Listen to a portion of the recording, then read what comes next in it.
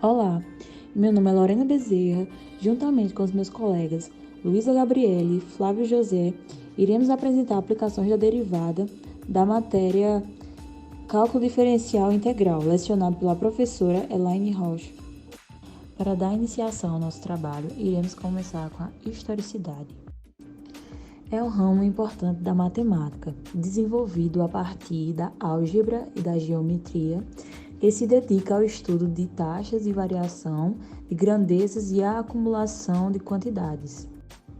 Desenvolvido simultaneamente por Leibniz e por Isaac Newton, trabalhos independentes, o cálculo tem inicialmente 3 operações base, ou seja, possui áreas iniciais como o cálculo de limites ou cálculo de derivadas de funções e a integral de diferenciais. Dividido em 2 ramos, como o cálculo diferencial e o cálculo integral, foram Leibniz e Newton que exploraram essa relação e a utilizaram para transformar o cálculo em um método matemático sistemático. Particularmente, ambos viram que o teorema fundamental os capacitou a calcular áreas e integrais muito mais facilmente, sem que fosse necessário calculá-las como limites de soma. Sua trajetória vem de muito tempo, mesmo antes de Cristo. Na antiguidade, introduziram algumas ideias do cálculo integral. A função básica do cálculo integral foi usada ao redor do mundo. Com ela, trabalhou volume e áreas. Usaram nas pirâmides, usaram nas constelações, tudo isso usando o cálculo de área e volume. Com a evolução, na Idade Média, a noção infinitesimal surgiu, expressando um problema de astronomia na forma de uma equação diferencial básica. Bhaskara II, com grande inspiração no século XII, desenvolveu uma derivada prematura. Ele desenvolveu também o que seria uma forma primitiva do teorema de Rowley. As descobertas do século XII não pararam. O matemático Sharaf descobriu a derivada de polinômios cúbicos, um resultado importante no cálculo diferencial. Seguindo adiante, na Idade Moderna, a invenção do cálculo foi propriamente dito. Então vamos mostrar a definição. A derivada de uma função f é a função indicada por f', tal que seu valor em qualquer número x no domínio de f dada por. Então aqui seria como é a base do cálculo, ou seja, é utilizado para calcular as taxas de variação entre 2 pontos. E na engenharia de produção, por que usamos o cálculo diferencial integrado? Bom, nem tudo que vemos no cálculo é aplicado diretamente na engenharia de produção. Mas aprender os conceitos de derivada integral é importante para entendermos a origem e o porquê de algumas fórmulas e funções que nós utilizamos.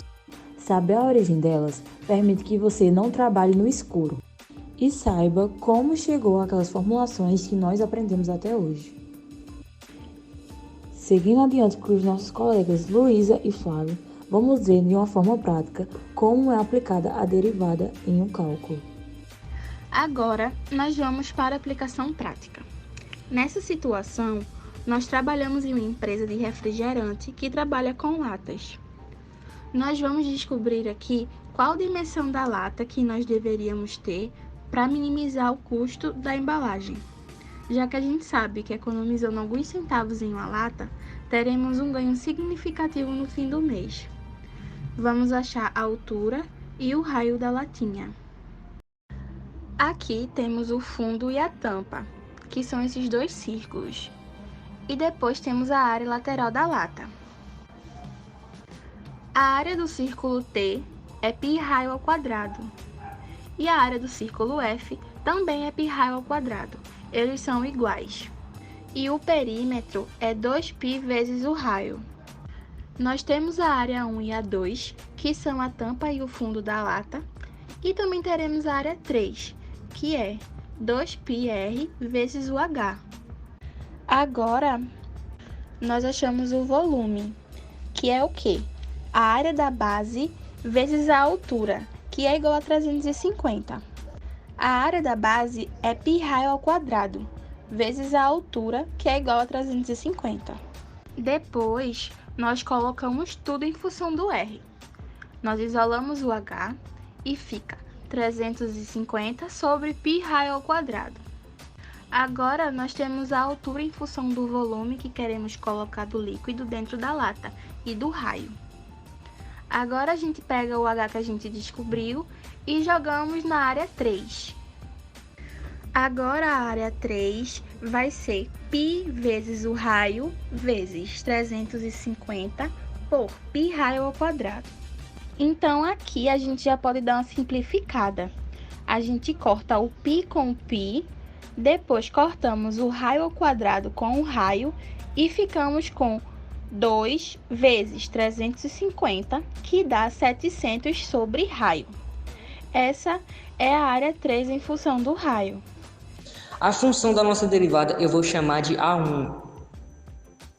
Ou seja, 2π que multiplica 2 raio na 2 menos 1, mais 700R. E o 700R pode ser escrito de uma forma diferente. Passando o R para cima, teremos então 700 que multiplica menos 2 vezes R na menos 1 menos 1. Então a conta ficaria da seguinte forma: 2π que multiplica R ao quadrado menos 1, mais 700 que multiplica menos 1 vezes R menos 1 menos 1. E a derivada da nossa área é 4π vezes R menos 700R ao quadrado. E igualaremos a zero, porque justamente queremos minimizar a nossa equação. Então a conta vai dar R ao quadrado vezes 4πr, que vai dar 4πr ao cúbico igual a 700. Ou seja, nessa conta ficaria R cúbico igual a 700 sobre 4π. Você lembra? É 3,1416, que multiplicaremos vezes 4, que daria em torno de 12,5664. E a conta fica 700 sobre 12,5664, que dividindo daria em torno de raio cúbico igual a 56,70. E agora, para descobrir o raio, é só fazer a raiz cúbica, que faria a raiz cúbica de 55,70 ou 0,7. Ou seja, o resultado da conta ficaria em R igual a 3,819. Tendo encontrado esse resultado e querendo descobrir a nossa altura, seria só substituir aqui o 350 sobre π raio ao quadrado igual 350 sobre π 3,819 ao quadrado, que vai dar em torno de 7,64 centímetros. E a nossa lata ficaria com 7,6 centímetros e o diâmetro em torno de 3,8 centímetros, ou 38 milímetros de raio e 76 milímetros de altura. E essas seriam as dimensões da nossa lata, para que gaste menos materiais na confecção.